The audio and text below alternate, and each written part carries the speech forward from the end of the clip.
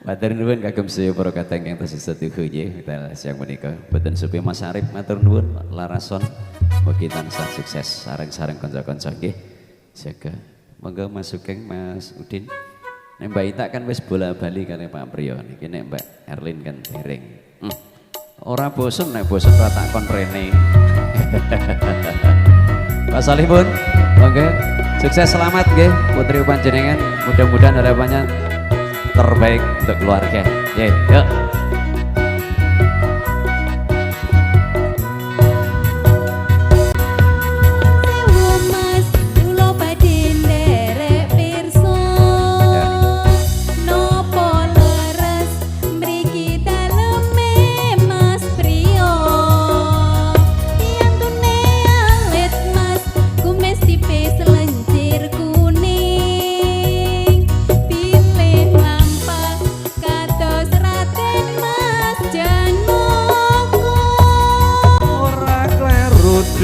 Ning sliramu kuwi sapa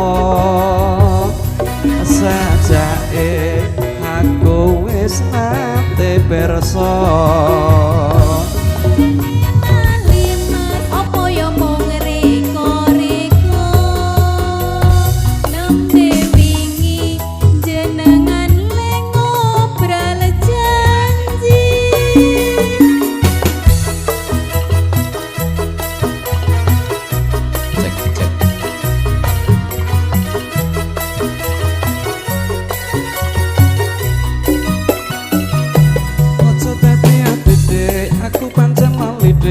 wong sliramu katon siji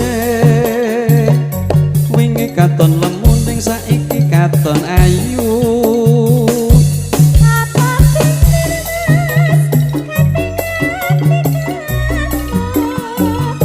aja dadi dik aku pancen lali dik wong sliramu katon siji wingi katon lemu ning saiki katon ayu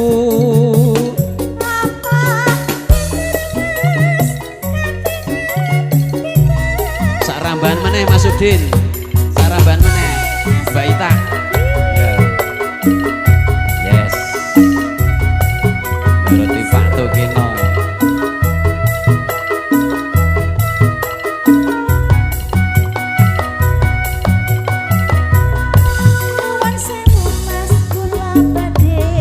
derek perso napa iki restanane Mas Priyo yantune atlet Mas ku mesti pesel jerakune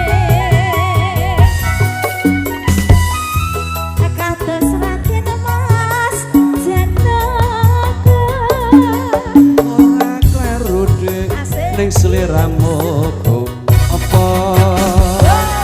sajake aku wis nate pirsa apa yo mung areka-areka lali sura ora ketemu wingi nganti ngobrol janji ayo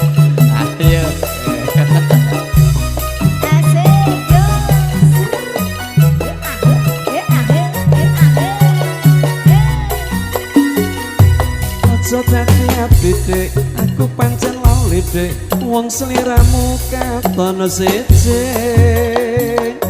wingi katon lemu ning saiki katon ayu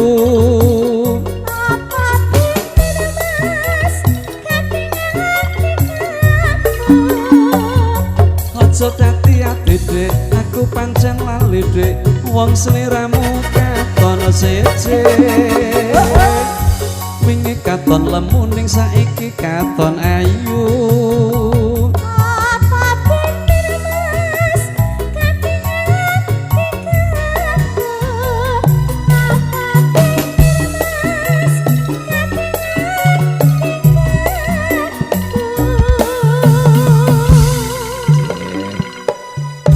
Mas Mbak Erlin terus ke Mbak Ita